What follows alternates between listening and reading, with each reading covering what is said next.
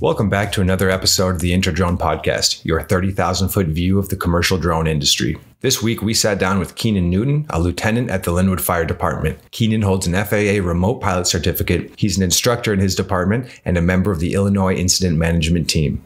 Keenan is currently on the front lines fighting the coronavirus and was kind enough to take a few minutes to speak to us about drone use in public safety. And you work for the village of Lynwood. Tell us about your role there and how you guys are using drones. So I'm a lieutenant on the fire department, and I'm also the UAS coordinator for Lynwood. And we use drones specifically, for public safety reasons, mostly focused on situational awareness during a structure fire or hazmat incident. Even sometimes assisting law enforcement if they have a barricaded subject. For most of it's about situational awareness. We do a lot of work also around pre-planning. So that's trying to assess a high-risk target area like a high school or a hospital or some type of building like that, and get that imagery and that data beforehand, before something happens, so an incident command can make more informed decisions, as opposed to trying to figure out all that information right there on the scene when they arrive. And then, we've done a little bit around payload deliveries, mostly for barricaded subjects. There was an incident a couple of years back in Peru where I had delivered a cell phone to a barricaded subject. But, most of it's situational awareness. We get called out not only by our town, but also by neighboring towns through mutual aid agreements. And that's probably where a majority of our calls come from. How long have you guys been using drones at the department? Was that an initiative that you were instrumental in kind of starting? And kind of tell us about just that progression. So I've always been a technology geek all my life. And my day job, I work in information technology as a software developer and as a manager. And I had just moved back to Chicago, the area, and joined back on the fire department. And I saw an incident where a neighboring town had actually used a drone for a structure fire. I thought, wow, that's a really interesting idea to provide that aerial reconnaissance, that situational awareness of the entire scene as it's unfolding, and being able to provide value to incident command. And at first, it was pretty much seemed like a toy. My fire chief wasn't too keen on it. He definitely pushed back a lot, but we had an incident involving two people that went into a pond that had not frozen over yet. And the rescue divers had managed to pull the vehicle out, but there was still a second missing victim, and it had gotten too dark. And by the time we came back the next day, people had already, the lake had already frozen over.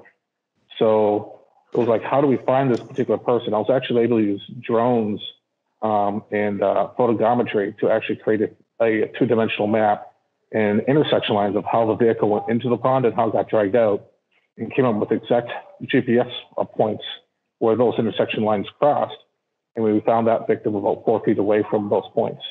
So that's a kind of a creative way, not just, having a real-time video surveillance, but kind of a little bit more of a lag, I guess you could say, or a data processing initiative, but that's a different way of using drone technology. So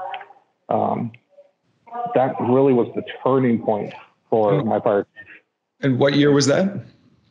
That was, I believe it was 2017, if memory serves, off the top of my head. Okay. So we've been at it for about 2-3 years now. And how is kind of how is your drone use at the village of Lynwood? How has that grown since 2017, since your first kind of implementation of this technology?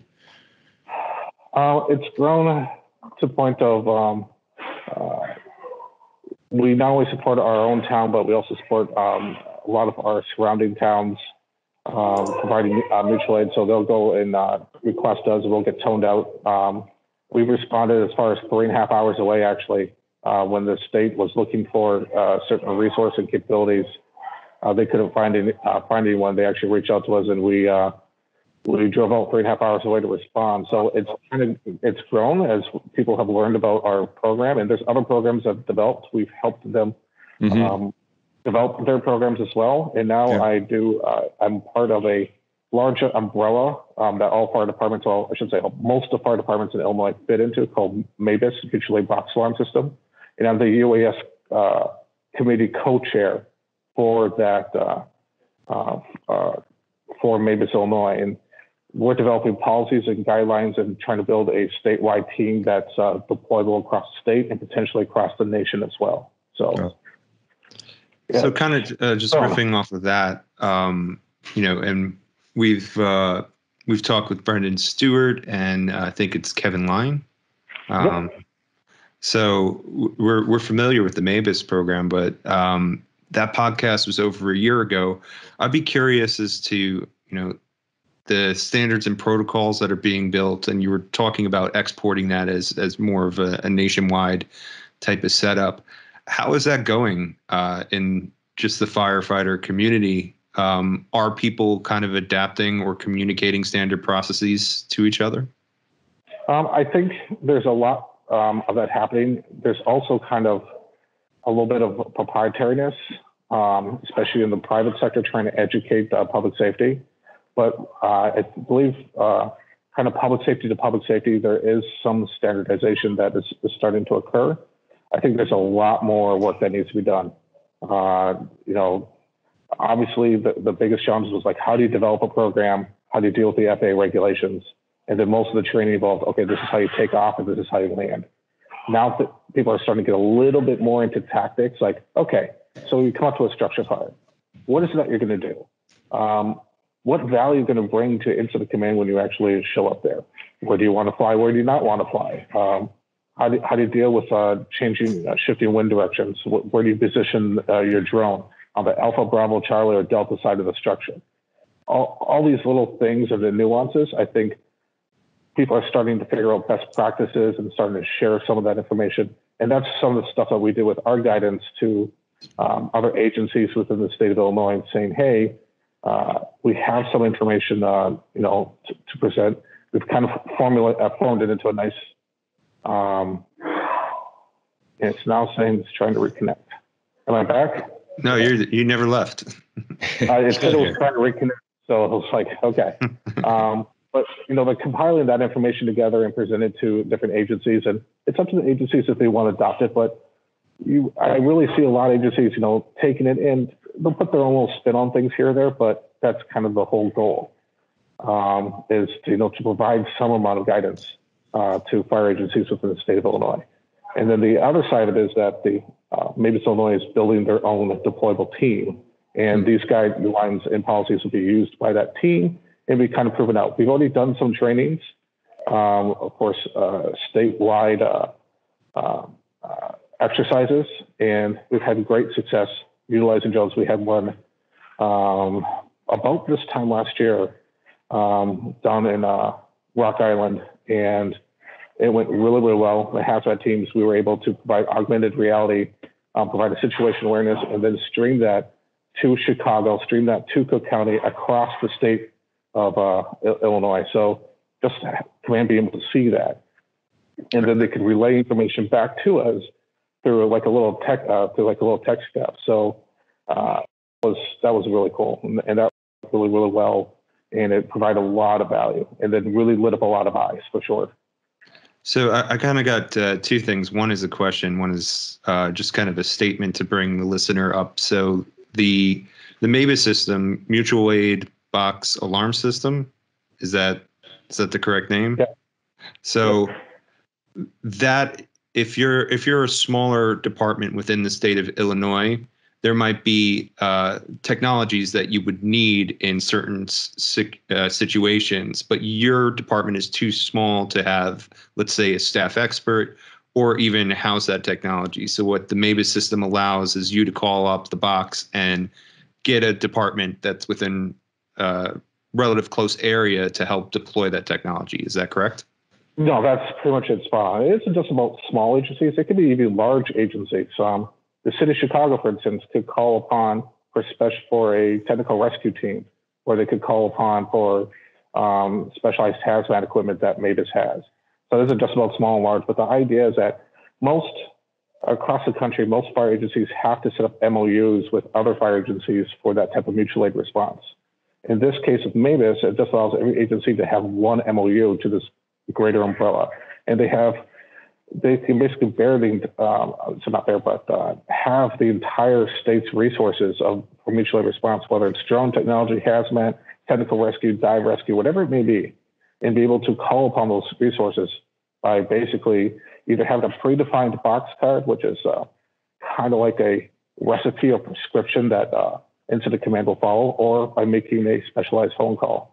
And that's something that's a really powerful tool, and it's really helped a lot of incidents. Mavis, for instance, is involved in this COVID response for the state, and they're providing a lot of value to the state and into the hospitals out here by providing outdoor tents and shelters for doing triage and things of that nature, and having generators set up. And these are being set up in the Cook County, Chicagoland area, as well as down in the rural areas as well. So it's not just about small departments. So the question would be then, which piece of AR technology were you using with the drone? So in the case of the exercise, we were able to show pins of where we found, and again, this was an exercise where there were victims. We were able to pin different types of hazardous materials like tankers or whatnot, pin the UN number, the identifier, specific chemical information, and show that, so that way they could actually see that information streamed over in Cook County. So however the drone flew, whenever that camera pointed back at that tanker again, you could easily see, oh, that's a diesel fuel tanker. Not to mention having street names that were on the ground too. So it was really useful for providing perspective of what incident command and even like a unified area command could actually be seen from that drone footage. Yeah, and we're obviously in the midst of a global pandemic. For those watching, you can obviously see that Keenan is wearing a face mask. But how has COVID kind of impacted your job? And similarly, we were talking about this a little bit prior to recording, but what are some some interesting drone use cases to combat COVID and the issues that brings up, and just in general, kind of public safety drone use cases to combat this pandemic? Well, we always like to think that, a lot of people like to treat drones like a hammer and everything's a nail, right? In this case, drones are very much a supporting type of tool. The main use I've seen out here in the United States has really been about communicating with people and distancing from that communication, finding folks in hard to reach areas, such as maybe a homeless encampment that's someone in the Forest Reserve, and trying to reach out to those people and just let them know what's going on. Talk to them about social distancing, and doing that using a drone with a speaker on it. Mm-hmm. You've seen some drones. I believe I've seen some areas trying to use it to try to monitor like beaches or things of that nature. I've seen that in the news a little bit. And you've seen some articles about trying to use them to check people's temperature as well. It can be used for that. It's kind of more of a, if you have nothing else available to you, it can be used in that type of purpose. From my standpoint, my main focus right now is providing situation reports that get bubbled up to the executive level over here in the state of Illinois.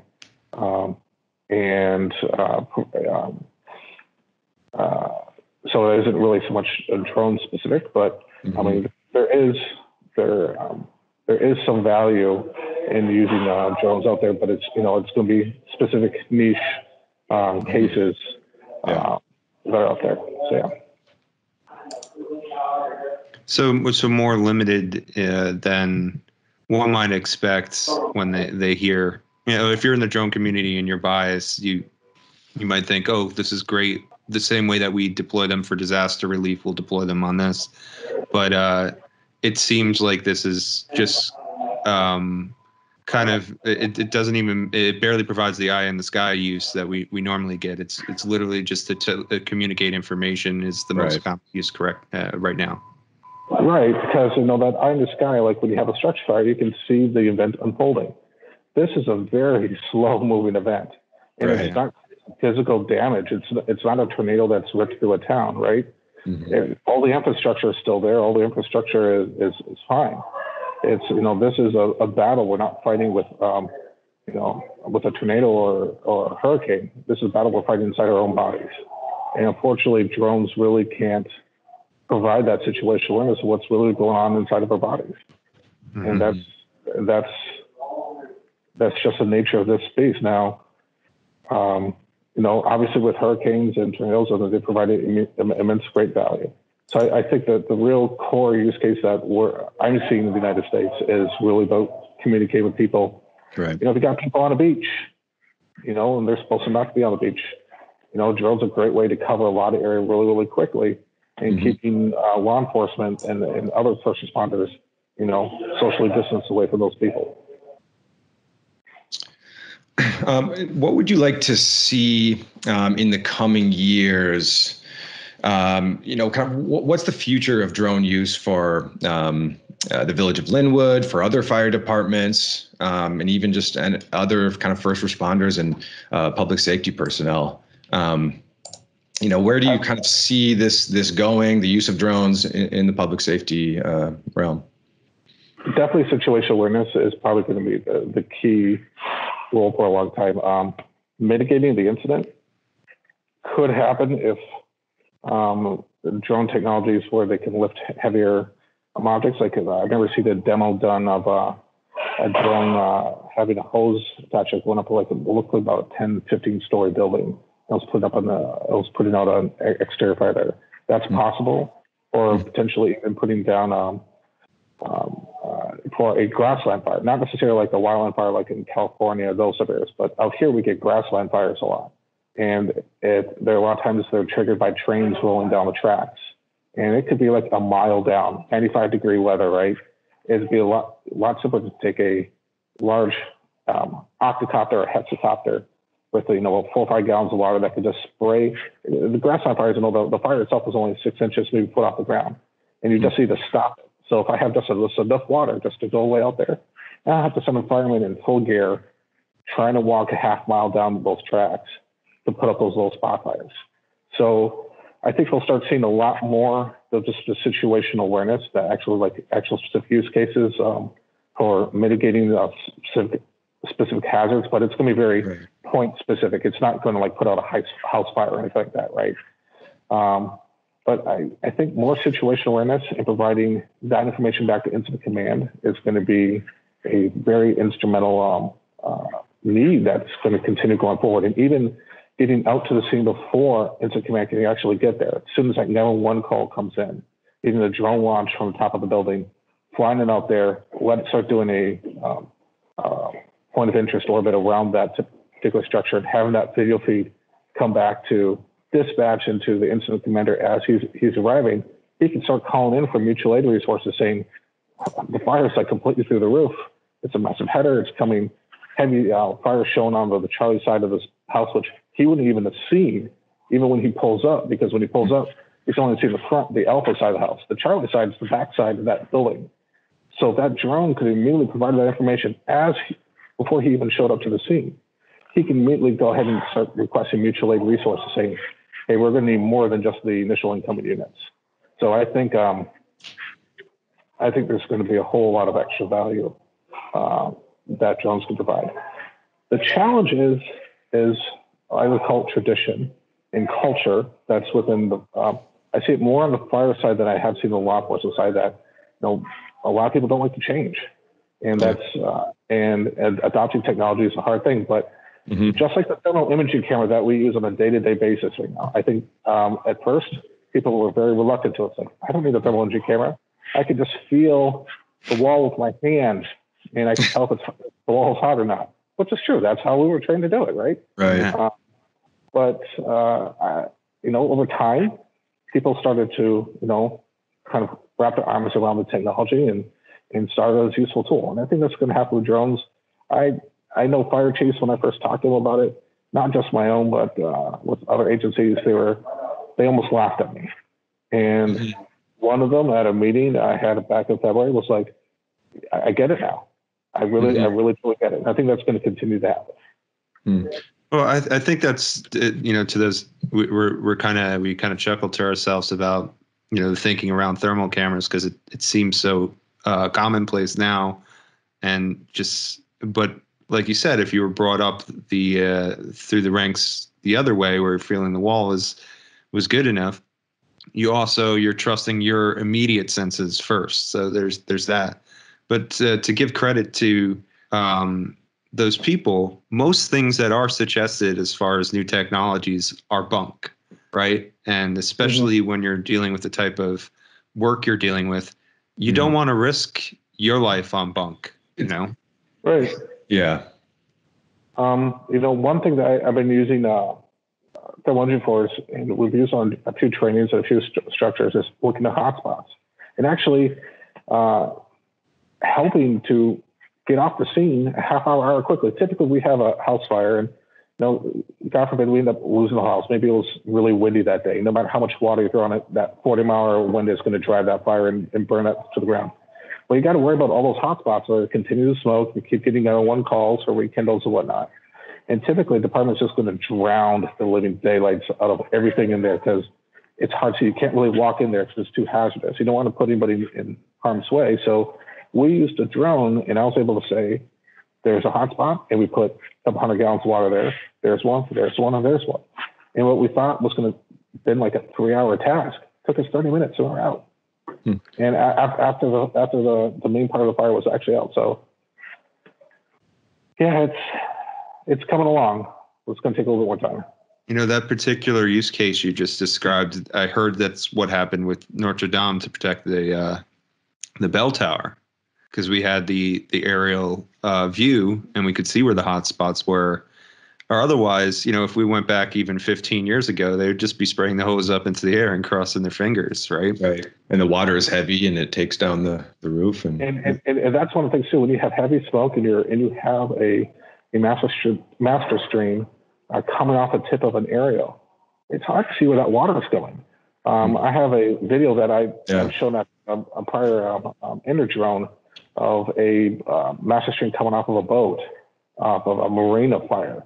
And you had a crew on the deck, and the boat couldn't see because of the smoke that he wasn't even hitting the fire. He was shooting completely over the boat and was hitting the crew on the other side on the pier. Wow. And almost knocked them off. Wow. And that's one of the hardest things. Like, am I actually hitting the fire? Thermal imaging cuts right through that smoke, and you can say, yep, you are, or no, you're not. You need to lower that stream down a little bit lower and be more effective with it. So it's going to take time to learn the best practices around using drone technology, especially like to screen the fire. But I think it's starting to get there, for sure. It's starting to get there. Yeah, I can't imagine a future where we're not advancing on this. It's definitely not completely mature, but the technology and all the base fundamentals that you need are pretty much available and have been available. So much of what I've seen in the last 2 years of the drone industry have been more about organizing the people than the technology. Yeah, from a technology standpoint, the big thing is going to be able to have the drone handle the environment that it's put into, right? So adaptively, right? Or before the DJI Matrice 210, people were flying the Inspire 1, and they're flying it like close to hose streams, and even when you're putting on a fire, you create a lot of steam. That moisture is getting inside electronics, the smoke, and it's getting inside electronics, and it's doing damage on the inside of that aircraft and within the sensors and everything else. The 210, has taken a step in that right direction, but being able to handle the harsh conditions of an incident, whether it's a hazardous material, structure fire, or whatever it may be, is going to be the key thing where I see the drone technology really needs to shore up, and they need to figure that out. But I think you're right. I think it's really about just getting the majority of the issue is really getting people's heads around it, because we can fly the sensor, we can get the sensor in the air, we can maneuver the sensor. That one little technology piece, though, is is really about allowing the technology to be able to handle the environment that it's in. It's getting there. It just needs a little bit more maturity. Well, it needs more feedback from the people too, you know.